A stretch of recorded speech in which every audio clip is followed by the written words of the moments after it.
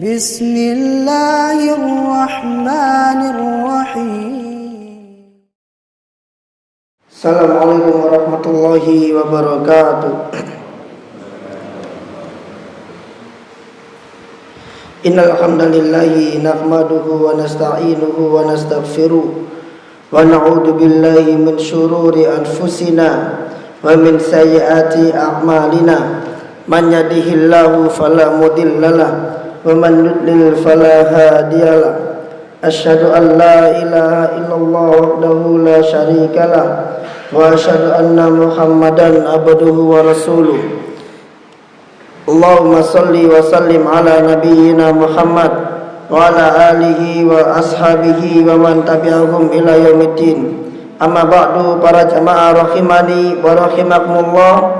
Kita lanjutkan pelajaran kita, masih berada pada bab qisasul abdi, yaitu pembalasan budak. Artinya tuan yang menganiaya budaknya atau mendolimi budaknya atau apapun itu, maka budak ini nanti di akhirat akan membalas tuannya. Dan pada pertemuan yang lalu kita sudah memberitahu bagaimana sikapnya Salman Al-Farisi yang tidak jadi memukul budaknya karena khawatir akan dikisos, dibalas di akhirat kelak.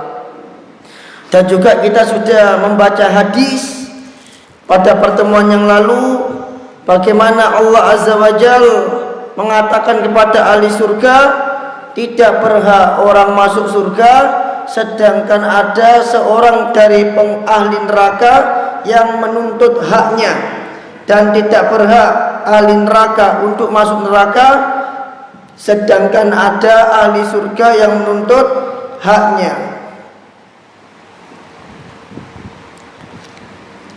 Kemudian hadis berikutnya ini juga tidak kalah menarik para jamaah, dan Al-Imam Bukhari masih membawakan 3 hadis lagi untuk memperkuat bahwasannya budak itu akan membalas tuannya di akhirat. Langsung saja kita baca hadisnya langsung dari sini. An Ummi Salamah radhiyallahu anha, dari Ummu Salamah radhiyallahu anha, istri dari Abu Salamah radhiyallahu anhu, anna nabiyya sallallahu alaihi wasallam kana fi baitiha. Kata Ummu Salamah bahwasanya Nabi sallallahu alaihi wasallam saat itu berada di rumahnya Ummu Salamah. Berarti ini kemungkinan Nabi sedang ada jatah giliran dengan Ummu Salamah. Fada'a wasifatan, maka keduanya memanggil wasifah, budaknya. Lahu aulaha, entah itu budak miliknya Nabi atau budak miliknya Ummu Salamah. Fa'abto'at, lantas budak ini ternyata tidak kunjung datang atau terlambat datang, padahal dipanggil oleh tuannya. Ini budak perempuan, bukan laki-laki. Karena budak ini tidak kunjung datang, ya sama seperti panjenengan memanggil anak panjenengan tidak datang-datang, maka secara otomatis fastabanal ghadabu fi wajhi, maka nampaklah kemarahan pada wajah Nabi alaihi salatu wassalam. Nampaklah kemarahan pada wajah Nabi yang mulia sallallahu alaihi wasallam. Karena mungkin bisa jadi Nabi butuh sesuatu, kok nggak datang-datang ini, butuh bantuan, kok nggak datang ini, kok nggak nurut ini, maka wajar Nabi marah. Faqamat Ummu Salamah ilal hijab, maka Ummu Salamah pun bergegas bangkit menuju hijab. Fawajadat al-wasifata, maka beliau mendapati si budak perempuan ini tal'ab, ternyata sedang bermain jamaah. Oh ya pantas dipanggil nggak moro, nggak segera mendatangi, ternyata dia lagi bermain. Wa ma'ahu siwakun, dan bersama di tangan Nabi alaihissalam itu ada siwak, Faqala, lantas Nabi alaihissalam mengatakan, laula khasyatul qawat yaumal qiyamah, kalau seandainya bukan karena kekhawatiranku terhadap pembalasan hari kiamat, la auja'tuki bihadas siwak, maka sungguh aku akan memukulmu dengan siwak ini, sungguh aku akan menyakitimu dengan siwak ini. Zada Muhammad ibnu Haytham, dalam riwayat Muhammad ibnu Haytham ada tambahan redaksi tal'abu bibahmatin, ternyata ini budak sedang bermain dengan hewan ternaknya, sehingga otomatis dia tidak mendengar panggilan Nabi alaihi salatu wassalam.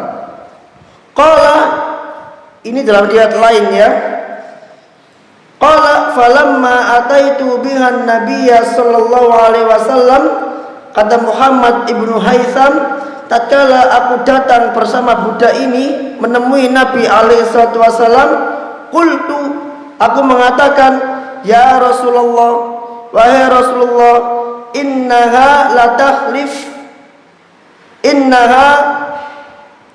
latakhlifu ma sami'atka, sesungguhnya budak ini dia sudah bersumpah bahwa ternyata dia tidak mendengar panggilanmu. Ternyata budak ini tidak kunjung datang karena sebab apa? Tidak mendengar panggilan Nabi sallallahu alaihi wasallam. Ya mungkin termasuk juga karena sibuk bermain sehingga dia nggak dengar panggilan Nabi alaihi wasallam. Ini yang manggil Nabi loh Pak.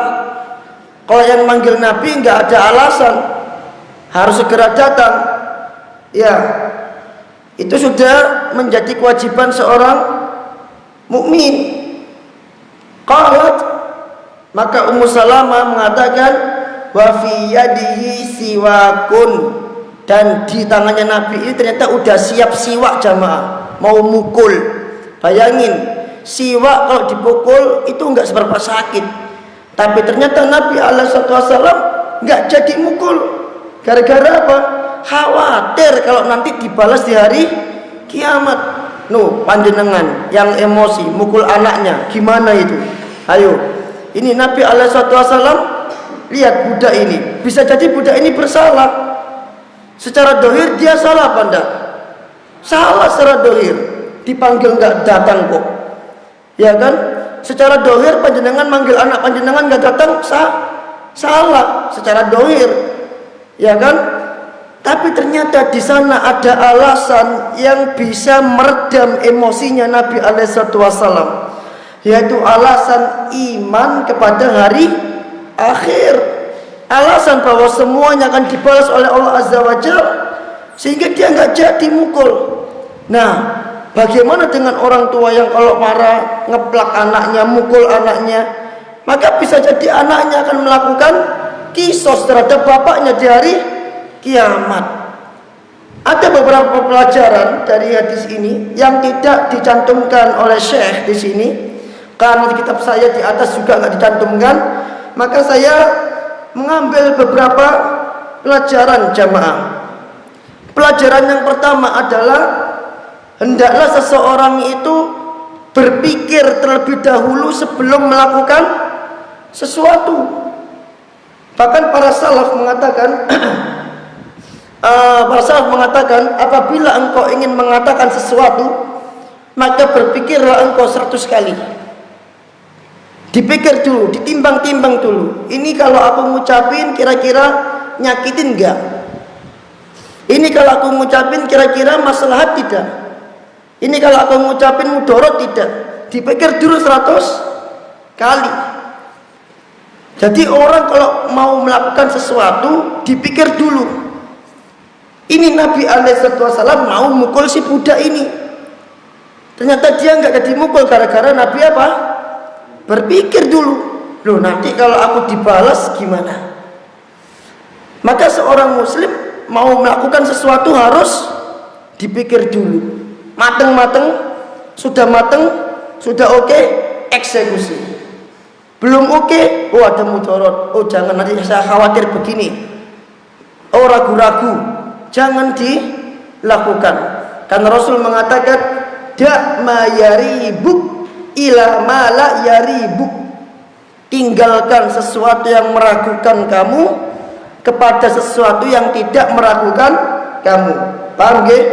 Saya ulangi lagi, da ma yaribuk ila ma la yaribuk, tinggalkanlah sesuatu yang meragukan kamu dan beralihlah kepada sesuatu yang tidak meragukan kamu. Jadi ketika mau ngomong kok ragu-ragu, ketika mau melakukan kok ragu-ragu, apalagi ada mudaratnya, ya sudah, ditahan dulu. Inilah Nabi alaihi wasallam. Terus pelajaran kedua, ini pelajaran yang luar biasa. Jadi orang itu, yang kedua ya, jadi orang itu husnudon. Iya, husnudon. Jangan keburu emosi jamaah, jangan keburu marah. Husnudon dulu. Barangkali fulan tersebut dia punya alasan yang memang bisa diterima. Husnudon dulu. Ini Nabi alaihissalam manggil budaknya enggak datang. Nabi mungkin kalau kita mikirnya, oh ini budak ternyata pemalas ini budak ternyata sibuk main, ini begini. Ternyata gara-gara apa? Dia enggak mendengar panggilan kita. Kalau seandainya kita suudon sama si budak ini misalkan, maka tentu kita sudah menampar dia habis-habisan, kita suudon. Tapi kita perlu tanya dulu alasannya. Kenapa kok kamu tidak segera mendatangi panggilanku? Ternyata dia sudah bersumpah, demi Allah, aku tidak mendengar panggilanmu. Kata si Muhammad bin Hutsaib, innaha la tahlifu ma sami'atka ya Rasulullah. Ini budak ternyata dia sudah sumpah loh. Dia benar-benar sumpah kalau ternyata dia nggak dengar. Gitu. Jadi orang husnudon dulu, Pak. Jangan langsung cas. Jangan, husnudon dulu. Kasih udur dulu, barangkali dia punya udur. Datang sebuah kabar kepada Nabi alaihissalam bahwa Abu Bakar nempeleng pendeta Yahudi. Abu Bakar tempeleng pendeta Yahudi. Secara dohir salah enggak ini? Dohir salah. Pendeta Yahudi apalagi terikat perjanjian kok ditempeleng. Ditanya dulu sama Nabi, kenapa kok nempeleng atau menampar si pendeta Yahudi? Dijelaskanlah oleh Abu Bakar bahwa yang salah duluan itu si Yahudi ini. Maka alasan tadi bisa diterima. Husnudon dulu. Contoh lain tentang kisah Hatib bin Abi Balta'ah yang membocorkan strategi Nabi kepada orang kafir Mekah. Secara dohir ini salah apa enggak? Salah, bahkan termasuk pembatal keislaman loh. Karena dia sudah membocorkan strategi kaum muslimin kepada orang-orang kafir. Berarti dia sudah memberikan loyalitasnya kepada orang kafir. Dan ini pembatal keislaman, pengkhianatan. Tapi Nabi SAW mendahulukan husnudonnya dulu. Ditanya dulu sama Nabi, ya Hatib, ma hamalaka ala ma sonakta, ma hamalaka bim ala ma sonakta. Hei Hatib, apa alasanmu ngelakuin seperti itu? Dijelaskan sama Hatib, kalau dia punya anak, punya istri di Mekah, yang jamin dah ada wahai Rasulullah. Kalau aku nggak melakukan yang seperti tadi, aku khawatir mereka akan dibunuh. Diterima alasannya sama Nabi SAW. Oh ternyata dia punya alasan yang bisa diterima. Jadi nggak anggar emosi, nggak anggar ngampleng. Sama kayak Nabi SAW. Oh ternyata budak ini tidak mendengar. Kemudian yang ketiga, jelas Yang ketiga jelas sesuai dengan judul bab bahwa Buddha ini akan bahwa kedoliman sekecil apapun yang terkait hak orang lain maka akan dikisos oleh Allah Azza wa Jalla. Kenapa kok harus ada kisos jamaah? Bentuk keadilan satu, apalagi yang ikut kajian Ustaz Ridwan harusnya ingat ini. Karena masuk surga itu harus bersih, free kata Ustaz. Harus free. Makanya orang sebelum masuk surga, kalau dia punya kedoliman sama makhluk, dia punya salah sama makhluk, dia berhenti dulu di sebuah tempat namanya apa? Al-Qantoroh. Iya, Al-Qantoroh. Di situ saling membalas, selesai baru masuk. Ada yang mengatakan Al-Qantoroh itu setelah Sirat, ada yang mengatakan Al-Qantoroh itu sebelum Sirat. Artinya harus bersih dulu. Nah, nanti Anda bacain beberapa hadis ya. Nah, kemudian hadis berikutnya jemaah. Penguat juga dari Abi Hurairah radhiyallahu anhu qala Rasulullah sallallahu alaihi wasallam man daraba dorban. Lihat nih.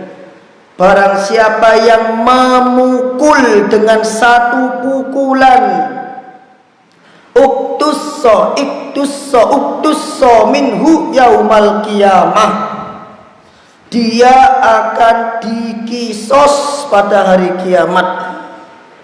Kita harus hati-hati jamaah dengan kisos ini. Dan hadis yang terakhir dari Abu Hurairah radhiyallahu anhu, anin Nabi sallallahu alaihi wasallam qala, dengan beda redaksi, man doroba dorban dulman uktusso minhu yaumal qiyamah. Barang siapa yang memukul dengan satu pukulan dulman karena kedoliman, uktusso minhu yaumal qiyamah, dia pasti akan dibalas pada hari kiamat. Bagaimana membalasnya? Dia di sebelumnya bil hasanati was sayyiat, bil hasanati was sayyiat, dengan kebaikan dan dosa. Maka barang siapa di antara kita yang merasa punya kedoliman jamaah kepada keluarga khususnya, anak khususnya yang sering kita marah-marahin, ayo anak-anak yang sering kita marah-marahin hanya karena dia tidak sesuai dengan kemauan kita, padahal dia mungkin sudah berusaha semaksimal mungkin, ya kan? Tapi karena kita terlalu ego, akhirnya kita marahin dia, padahal dia nggak salah, dia udah berusaha loh Pak, aku wis berusaha Pak, cuman aku gak iso. Tapi karena kita ini punya ego, kita marah-marahin dia, atau mungkin kita oloin dia dan lain sebagainya. Ingat, uktusso minhu yaumal qiyamah, akan dikisos itu. Nah, ini hati-hati. Berarti yang punya kedoliman harus segera minta maaf. Perhatikan, ada hadis lain dalam Sahih Bukhari.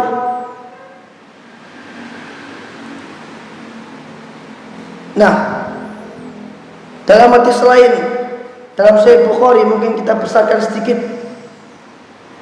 Oh, terlalu besar ternyata jemaah. Terlalu kecil. Kita tambahkan di sini.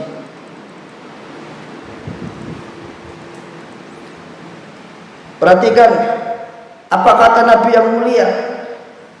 Rasul SAW mengatakan, man kanat lahu madlamatun. Ini bab apa namanya ini? Bab barang siapa yang dia memiliki kedoliman kepada seseorang, hendaklah dia meminta kehalalan terhadap orang tersebut. Hal yubayyin matlamatahu, dan dia harus menjelaskan kedolimannya. Maksudnya dia harus mengutarakan, aku pernah bersalah begini, tolong halalkan. Itu meskipun sebagian ulama memberi syarat bahwa dia tidak harus mengutarakan salahnya, cukup minta maaf saja sudah cukup. Tapi di sini Imam Bukhari memberi syarat harus menjelaskan kedolimannya. Jadi kalau dulu pernah ngerasa ini begini-begini harus dia jelasin biar dia ridho. Di sini kata Rasul yang mulia, barang siapa yang memiliki kedoliman kepada saudaranya min irdihi, baik itu berkaitan dengan kehormatannya, au syai'in atau apapun itu, kata Rasul, falyatahallalhu minhu, maka hendaklah dia meminta kehalalan dari saudaranya tersebut. Al-yauma qabla alla yakuna dinarun wala dirhamun, pada hari sebelum datang hari di mana pada waktu itu tidak ada dinar dan dirham di padang mahsyar.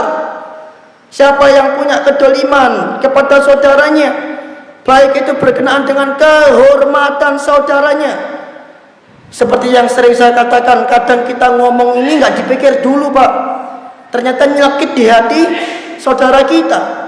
Niatnya guyon kan, niatnya guyon, kok qadarullah ternyata justru membuat emosi. Niatnya guyon, kok qadarullah ternyata membuat sakit hati, dan kita nggak tahu kalau dia sakit hati gara-gara ucapan kita. Ya ini kan bahaya. Kalau kita tahu dia sakit hati, enak kita minta maaf. Lah kalau dia mendem orangnya, dipendam di hati, kita nggak tahu, celaka kita. Ini yang saya maksud di awal tadi, dipikir terlebih dahulu kalau ngomong, hati-hati betul, hati-hati betul.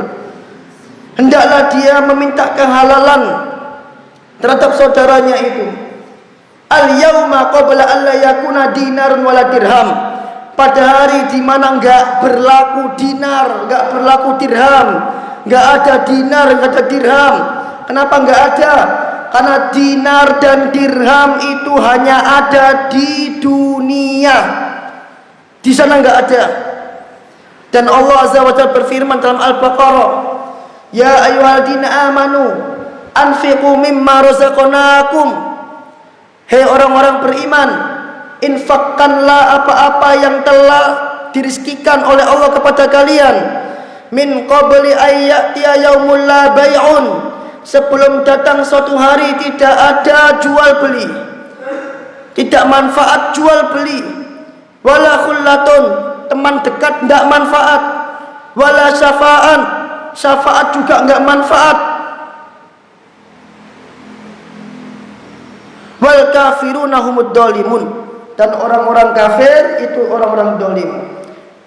Kata Rasul, in kana lahu amalun solih, kalau dia punya amal soleh, ukhida minhu biqadri matlamiti, akan diambil dari amal solehnya itu sesuai dengan kadar kedolimannya. Wa illam takun lahu hasanat, kalau misalkan dia nggak punya kebaikan, loh kemana Ustaz? Udah habis mungkin, saking banyaknya kedoliman yang dia lakukan terhadap manusia. Kalau dia nggak punya kedoliman, kalau dia nggak punya pahala, ukhida min sayyiati sahibih, maka akan diambilkan dosa dari orang yang didolimi tersebut, fahumila alaihi, dan dipikulkan di atasnya, di atas pundaknya. Ini hadis yang pertama. Hadis yang terakhir jamaah, sebelum kita selesai dari majelis kita,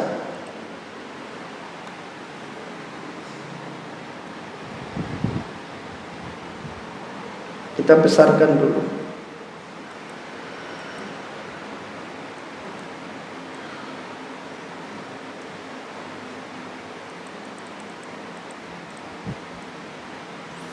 Ini hadis sudah pernah saya sampaikan, tapi belum pernah kita baca bareng-bareng di sini. Ini hadis saya dengar dulu waktu saya SMA ngaji sama Ustaz Ridwan di tafsir Ibnu Katsir. Hadis yang sampai hari ini saya ingat-ingat betul, dan saya sering baca hadis ini. Dan mungkin keadaan kita di hari kiamat semuanya akan seperti ini.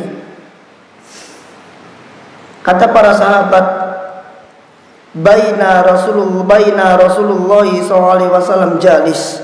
Suatu ketika kami bersama Rasulullah SAW sedang duduk. Itra'ainahu dohika hatta badat tanayahu. Tiba-tiba kami melihat Nabi yang mulia itu tertawa sampai kelihatan gusinya. Faqala Umar, lantas Umar mengatakan, ma adhakaka ya Rasulullah bi anta wa ummi. Maka tentu kaget kok tiba-tiba ketawa. Maka Umar otomatis bertanya, apa yang membuatmu tertawa wahai Rasulullah? Bi anta wa ummi. Demi bapakku dan ibuku sebagai tebusanmu. Maka Rasul menceritakan tentang situasi hisab, situasi tentang hari kiamat. Rajulani, ada dua orang, jataya min ummati baina yaday rabbil izzah, yang sedang bertekuk lutut di hadapan jasaya. Ada dua orang dari kalangan umatku, jasaya, yang sedang bertekuk lutut di hadapan Rabbul Izzah, karena hari itu Allah Maha Raja. Dia tunjukkan kebesarannya pada hari itu. Karena Allah mengatakan, ainal mutakabbirun, di mana orang-orang yang sombong pada hari ini? Gak ada orang yang sombong pada hari itu. Bahkan manusia pun bertekuk lutut di hari penghakiman. Faqala ahaduhuma, salah seorang di antara dua orang ini mengatakan, ya Rabb, wahai Tuanku, khudli madlamati min akhi, ambilkan untukku kedolimanku dari saudaraku. Jadi dia dalam posisi didolimi jamaah. Dia nuntut sama Allah, ya Allah, ambilkan hak kedolimanku dari saudaraku ini. Maka Allah mengatakan, a'ti akhaka madlamataka, berikanlah saudaramu kedolimanmu. Berikanlah saudaramu kedolimanmu, diambil haknya. Qala, maka orang yang dituntut tadi itu, dia mengatakan, ya Rabbi, lam yabqa min hasanati syai'. Ya Allah, tidak tersisa kebaikanku sedikit pun. Habis Pak.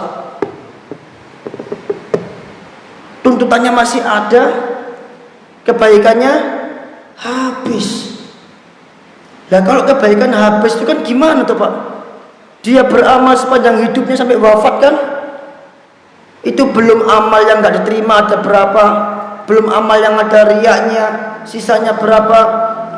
Ternyata dia mengatakan, lam yabqa min hasanati syai', tidak tersisa kebaikanku sedikit pun ya Allah. Maka apa kata orang yang menuntut tadi? Dia mengatakan, Rabbi, wahai Tuanku, falyahmil anni min auzari, maka pikulkan dia dosa-dosaku. Qala, maka sahabat mengatakan, fafadat aina Rasulillah sallallahu alaihi wasallam bil buka, maka bercucuranlah air mata Rasulullah sallallahu alaihi wasallam bil buka, karena menangis melihat situasi itu. Kemudian Rasul mengatakan, inna dalika la yaumun adim, sesungguhnya hari itu adalah hari yang sangat agung, hari yang sangat luar biasa.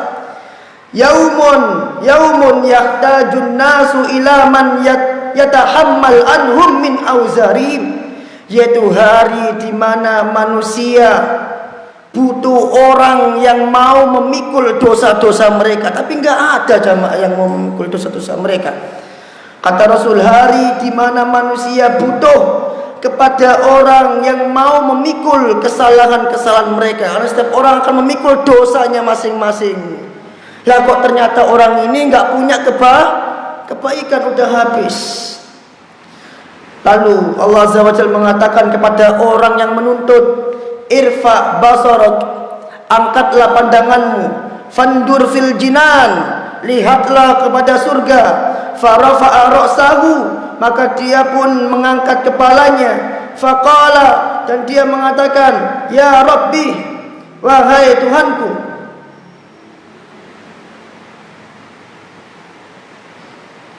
Mana tadi?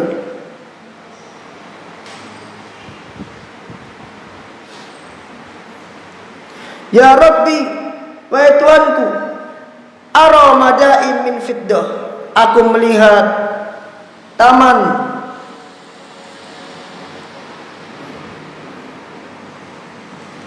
mana tadi? Ara madain min fiddah, aku melihat taman yang terbuat dari perak, wa qusuran min dhahab, dan istana yang terbuat dari emas, mukallalatan bil lu'lu', yang dimahkotai dengan mutiara. Li ayyi nabiyyin hada, untuk nabi siapa ini? Li ayyi siddiqin hada, untuk siddiq yang mana ini? Li ayyi syahidin hada, untuk syahid yang mana ini? Maka Allah mengatakan, hada liman a'ta as-saman, ini bagi orang yang diberi penghargaan. Maka orang nanti mengatakan, ya Rabbi, wahai Tuhanku, wa man yamliku dalik, lantas siapa orang yang memiliki hal itu? Maka Allah mengatakan, anta tamlikuhu, kamu itu, punyamu semua itu. Semua taman yang dari perak, istana yang dari emas, mahkota yang dari mutiara, itu semua adalah punyamu.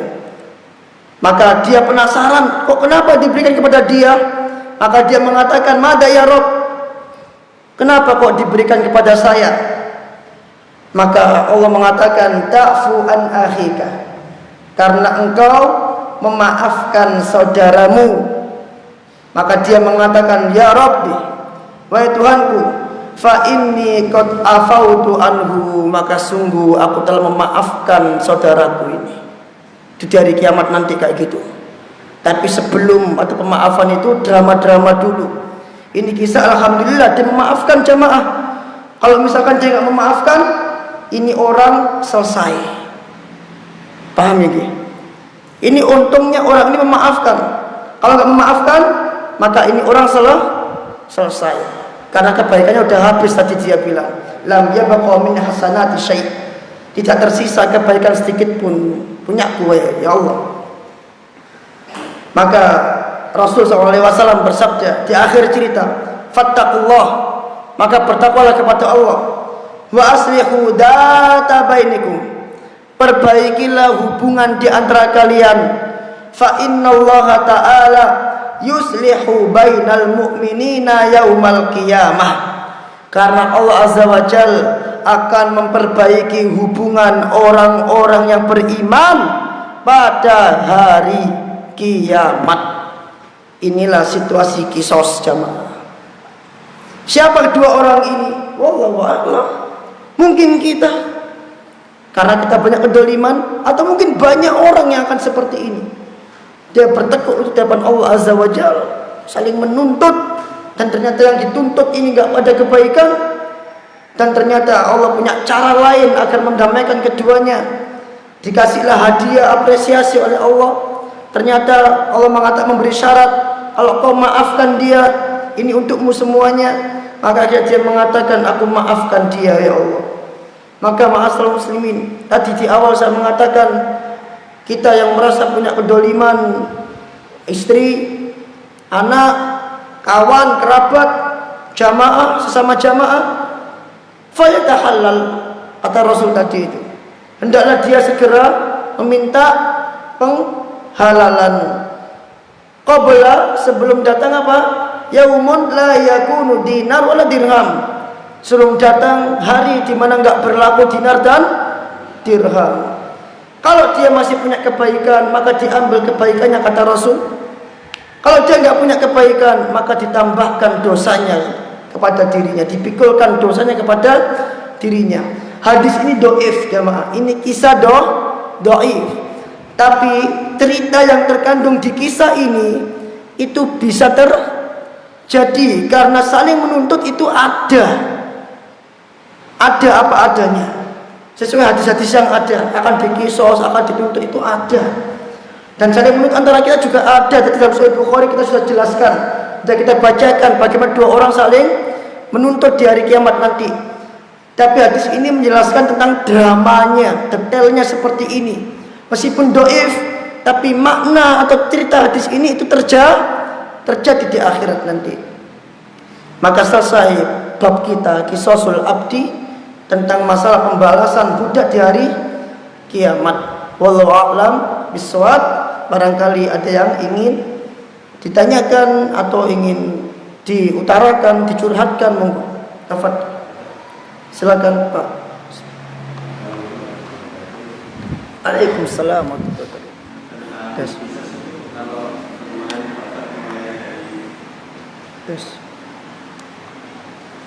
Yes.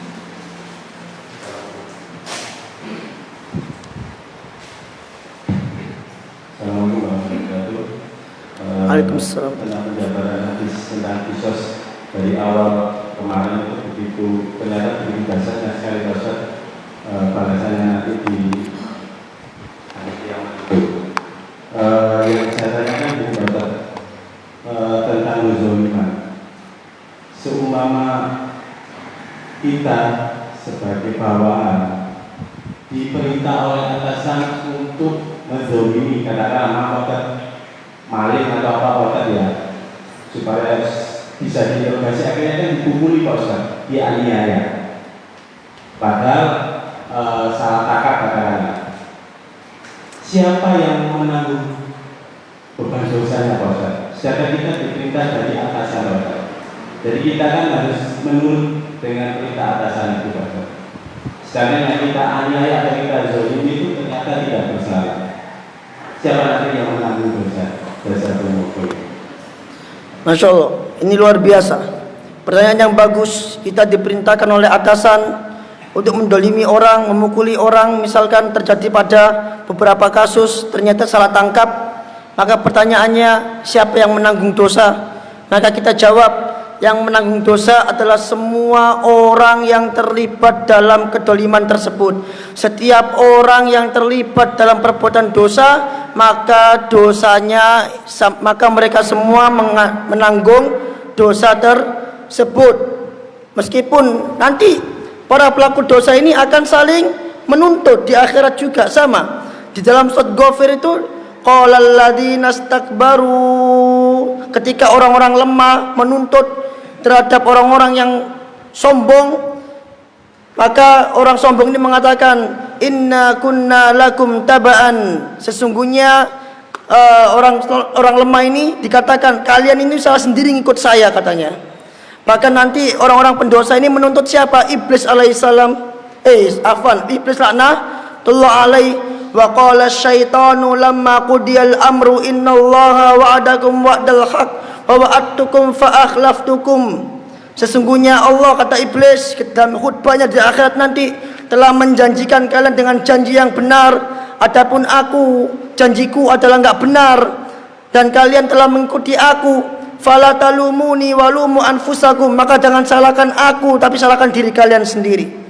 Bahkan nanti orang-orang yang lemah, yang pendosa ini, karena dia dituntut, karena dia disuruh, maka dia mendoakan siksaan untuk orang yang menyuruh dia, karena gara-gara dia akhirnya juga ikut masuk neraka, keseret juga kasusnya.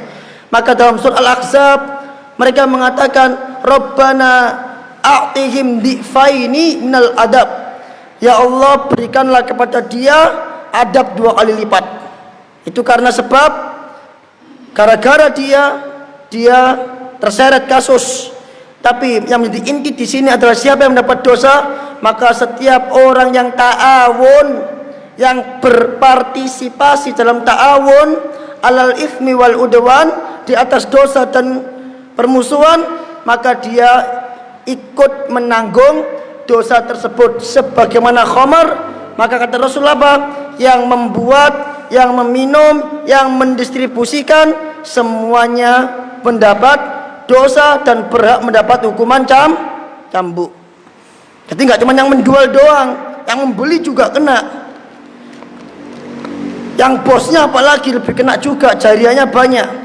Jadi disikat semua sama Islam, biar nggak tersisa satupun.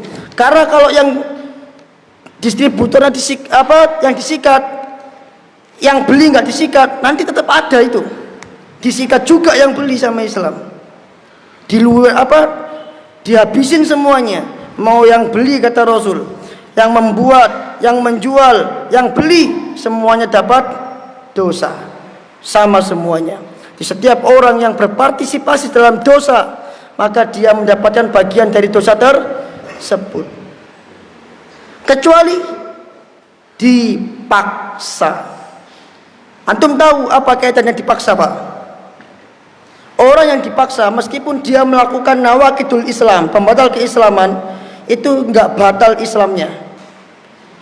Ada dua, antara orang yang dipaksa dengan orang yang takut. Perhatiin bedanya. Kalau orang yang melakukan karena takut, ini dia takut kehilangan dunianya.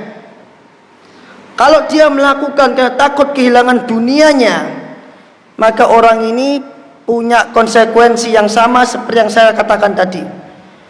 Kalau dia melakukan pembatal keislaman dan dia melakukannya karena takut, maka dia bisa batal Islamnya. Yang kedua, mukroh, dipaksa. Dipaksa ini dikatakan dipaksa bagaimana? Kalau dia diancam kehilangan nyawanya, kemudian dia harus melakukan, maka ini termasuk ke dalam kategori dipaksa. Sama-sama takut. Yang satu takut kehilangan dunia, yang satu takut kehilangan nyawa. Yang takut kehilangan dunia ini sama.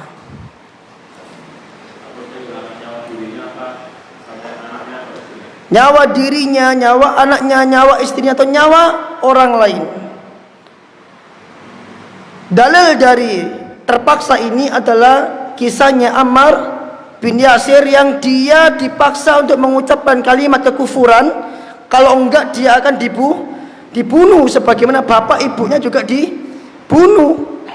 Maka akhirnya Ammar terpaksa mengucapkan. Tapi dia kembali kepada Rasul. Dan Rasul mengatakan, wahai Ammar, bagaimana keadaan imanmu ketika kau mengucapkan itu? Maka kata Ammar, ya Rasulullah, imanku masih utuh dari ujung rambut sampai ujung kaki. Artinya ucapan kekufuran tadi sekedar di lisan aja, basa-basi. Maka kata Rasul, wahai Ammar, kalau keadaan imanmu seperti itu, maka lakukan lagi kalau diminta. Gak ada masalah. Maka para ulama menjelaskan di sini, orang yang dipaksa itu punya dua pilihan. Dia boleh melakukan kesalahan tersebut atau pembatal keislaman tersebut atau maksiat tersebut, atau dia boleh memilih untuk mati. Misal diancam, kalau kau nggak melakukan kau tak bunuh, maka pilihannya dua, kita mati sebagai syahid atau kita menyelamatkan agama kita dengan cara melakukan apa yang diperintahkan. Jadi kalau itu khawatir karena kehilangan jabatan, maka dia masuk. Tapi kalau ada ancaman nyawa, maka dia mau nggak mau melakukan itu. Dan semoga Allah mengampuni kalau seperti itu. Gitu nggih. Dibedakan antara orang takut dan mukroh, khaif dan mukroh, takut dan terpaksa. Ingat-ingat Bapak ya. Monggo.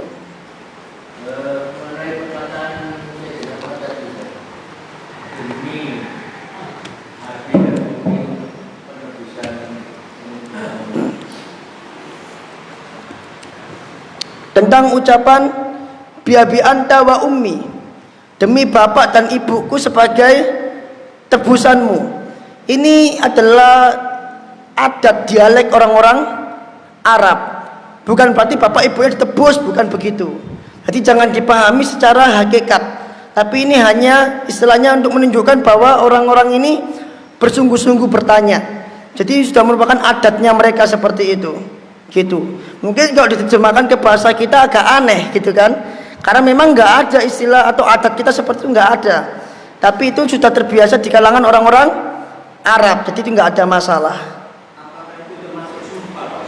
Bukan. Kalau sumpah mereka ada sendiri. Kalau sumpah mereka pasti wallahi. Semua orang-orang kafir Quraisy kok bersumpah wallahi, meskipun kadang mereka juga bersumpah demi Lata dan Uzza. Tapi mereka juga bersumpah wallahi. Jadi biabi anta wa ummi ini hanya sekedar apa istilahnya, logat atau adat. Itu kita bisa baca penjelasan para ulama terkait hal itu.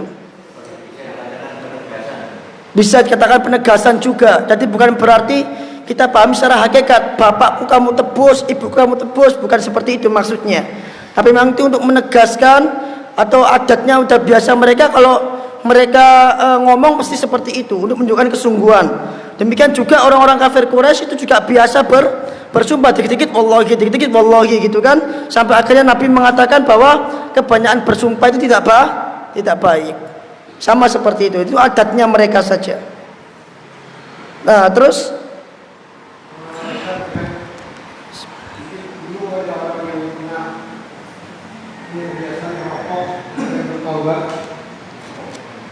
bagaimana dosa meminta maaf pada orang-orang yang kena asap rokoknya. wah. Nah ini orang merokok, masya Allah, orang merokok sampingnya nggak ngerokok, disuruh menghirup sisa asapnya, padahal sampingnya berhak menghirup udara segar, maka otomatis dia secara nggak langsung mengambil hak oksigennya orang tersebut, ya kan, mendalimi orang tersebut. Ternyata dia sudah taubat. Bagaimana cara minta maafnya? Banyak. Dia nggak mungkin, karena banyak yang didolimi, dia nggak mungkin membuat woro-woro atau membuat pengumuman, saya bertobat wahai orang-orang yang dulu pernah saya dolimi. Itu nggak mungkin bisa dilakukan. Dia mau misalkan memviralkan di Facebook misalkan, atau di Twitter, di IG, di TikTok, ternyata didolimi kan di Facebook, kan di TikTok, kan di Twitter. Gak baca akhirnya. Apa mau diedarkan? Enggak. Cara yang terakhir kalau yang seperti itu adalah pertama banyak bertobat kepada Allah, dan kemudian memperbanyak mendoakan kebaikan orang-orang yang pernah dia dolimi. Kalau sudah dikatakan memperbanyak berarti harus banyak. Jangan cuma sekali. Sudah bertobat, oh ya kata Ustaz harus mendoakan kebaikan orang yang kita dolimi. Hai dia bertobat, ya Allah ampuni aku misalkan, ya Allah berikanlah kebaikan kepada orang-orang yang saya dolimi. Menene wis mari kan doa maneng. Nah ini keliru. Kenapa kok disyaratkan memperbanyak jamaah? Karena antum nggak tahu seberapa banyak kedoliman antum kepada orang tersebut. Jadi banyak didoakan agar banyak pahalanya. Nanti di akhirat ketemu dosa tumpuk. Ternyata sudah punya tabungan dari doa tersebut, dan karena sudah sering mendoakan, maka harapannya Allah memperlancar atau mempermudah, tidak memperumit urusan tersebut. Karena saking banyak, loh kok si aken ternyata yang menghirup asap rokok saya gitu. Tapi karena kita sudah pernah mendoakan kebaikan itu, kebaikan untuk mereka semua, maka Allah kan maha pengampun. Allah bisa melakukan apapun, terserah Allah. Tadi di kisah tadi Allah membuat dua orang ini berdamai, dan keberuntungan bagi orang yang tadi itu nggak jadi ke neraka dia karena dimaafkan. Maka harus diperbanyak. Ya masya Allah, dosanya perokok luar biasa ya. Mungkin dia niupnya ke depan, tapi kita ada anginnya dari depan, maka asapnya ke belakang. Yang ngirup satu orang ini punya anak, ternyata anaknya juga menghirup. Ternyata gonceng istrinya lagi, istrinya hirup lagi. Ternyata anginnya belok, kena sebelahnya lagi. Nah ini banyak ternyata. Satu hari dia bisa mendolimi 50 orang lebih mungkin. Apa mungkin bisa kita simpulkan orang paling dolim itu para perokok ya? Tidak apa-apa, mau gue diviralkan, satu jawabin nanti. Dah, yang paling gak adab itu apa Pak? Yang paling gak adab itu baca kitab sambil merokok. Itu seperti apa? Talbisul bainal haqqi wal batil. Mencampur adukkan kebenaran dengan kebatilan. Banyak. Dan memang sebenarnya itu nggak pantas. Karena ada Allah Azza wa Jalla, ada Rasul, ada ilmu, ada malaikat yang nimbrung di situ, keberkahan turun di situ, ditiup asap rokok. Maka kitabnya bau rokok, semuanya bau rokok, ruangannya bau rokok. Ya kan, tulisan Allahnya bau rokok. Berarti kan nggak mengagungkan tulisan Allah. Ya kan, harusnya lafzul jalalah diagungkan, karena dia ngerokok akhirnya bau rokok lafzul jalalahnya. Nah itu, masya Allah, itu yang paling nggak adab itu. Ada lagi? Sampun? Nggih. Waalaikumsalam. Tadi dijelaskan ketika ada hadis yang dhaif. Yang saya tanyakan, ketika ada hadis dhaif itu apakah kita bisa mengimani atau yakin atau mengamalkannya? Wa jazakumullahu khairan. Terkait hadis dhaif, dari ilmu yang saya ingat, meskipun ada rinciannya detail, bahkan ada disertasi tentang masalah itu, disertasi S3 seorang doktor alumni Madinah, saya punya PDF-nya yang membahas tentang hukum mengamalkan hadis dhaif di disertasi. Intinya adalah para ulama sepakat boleh mengamalkan hadis dhaif dengan syarat-syarat tertentu. Di antara syarat tersebut adalah hadis dhaif tersebut tidak berkaitan tentang akidah. Karena dalam akidah tidak boleh berhujjah dengan hadis dhaif. Kemudian syarat yang kedua, hadis dhaif tersebut tidak sampai kepada hadis dhaif yang sangat parah sekali. Artinya dhaifnya ringan. Karena hadis dhaif yang ringan kadangkala bisa terangkat menjadi hasan manakala ada jalur-jalur lain yang menguatkan. Makanya nanti ada istilah hasan li ghairi. Hasan li ghairi itu artinya hadis ini hasan bukan karena sebab sanad hadisnya, tapi karena disebabkan jalur yang lain.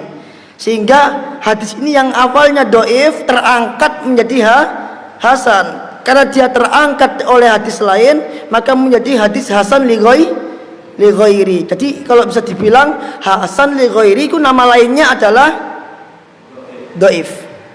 Oke? Itu syarat yang keberapa ya tadi itu? Yang kedua. Syarat yang ketiga, kalau hadis itu dhaif, maka dia tidak boleh diyakini berasal dari Nabi alaihi salatu wasallam.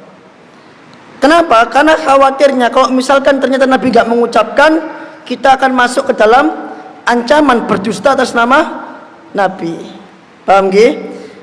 Jadi nggak boleh diyakini ucapan Nabi SAW. Boleh diamalkan sebagai bentuk motivasi, tapi nggak boleh diyakini bahwa itu ucapan Nabi. Karena dhaif. Kemudian yang keberapa ini? Yang keempat, boleh diamalkan kalau dhaifnya itu terkait fadail al-amal, terkait tentang keutamaan beramal, itu boleh diamalkan. Terus ulama sepakat boleh diamalkan. Ada sebagian ulama yang memang punya prinsip cukup yang sahih saja, yaitu tidak masalah itu prinsipnya ulama tersebut, gitu kan. Tapi dalam ilmu mustalah hadis, banyak ulama, bahkan Ibnu Hajar al-Asqalani juga itu mengatakan, bahkan Al-Imam Bukhari juga itu mengatakan bahwasanya boleh mengamalkan hadis dhaif. Apa buktinya Imam Bukhari berpendapat boleh mengamalkan hadis dhaif? Nah, itu di antara buktinya adalah beliau banyak mengumpulkan hadis dhaif di Adabul Mufrad untuk motivasi beramal. Gitu. Jadi untuk amal boleh. Tapi kalau misalkan ada yang asah, ada yang lebih sahih, maka ditinggalkan lebih baik. Paham nggih? Dan kadangkala suatu amalan itu tidak ada dalil kecuali dia berpijak pada hadis dhaif. Gak ada lagi. Contoh apa misalkan tempat sedekap itu nggak ada hadis yang sahih, semuanya dhaif. Paham nggih? Akhirnya apa? Ada mengatakan demikian. Itu contoh. Ada kalanya amalan itu tidak ada hadis sahihnya, sehingga mau nggak mau harus berpijak pada hadis yang dhaif tadi. Terus yang keberapa ini? Yang kelima. Hadis dhaif ketika isinya tidak bertentangan dengan hadis sahih, maka dia boleh diamalkan. Tapi kalau isinya bertentangan dengan hadis sahih, maka tidak boleh diamalkan. Sering saya sampaikan di Adabul Mufrad bahwa hadis ini doif, tapi ada hadis sahih yang sama. Demikian juga hadis yang ini kan juga doif, tapi situasi ini juga terjadi pada hadis sahih yang lain, benar-benar ada kisos di situ. Ya, paham gitu nggih? Demikian juga dengan kisah Nabi yang mukul siwak tadi itu hadisnya doif. Hadisnya doif, ketika Nabi nggak jadi mukul siwak itu hadisnya doif. Tapi ada hadis lain, kisahnya Salman itu sahih. Dan memang ada hadis lain yang sahih seperti barang siapa yang memukul maka dia akan uktus sabi yaumal qiyamah, akan dikisos pada hari kiamat. Maka hadis doif tadi itu maknanya sama dengan hadis yang sahih tadi. Maka kalau isi hadis doif itu tidak bertentangan dengan hadis sahih, maka nggak ada masalah. Ya, makanya sering dikatakan dalam Adabul Mufrad ini sama syekhnya, hadis ini doif tapi maknanya betul. Paham nggih? Hadis ini doif tapi isinya betul. Ini yang saya ketahui, yang saya ingat seperti ini. Wallahu a'lam bishawab. Sampun, kita akhiri dulu, semoga manfaat. Subhanakallahumma bihamdika asyhadu an la ilaha illa anta astaghfiruka wa atubu ilaik. Assalamualaikum warahmatullahi wabarakatuh.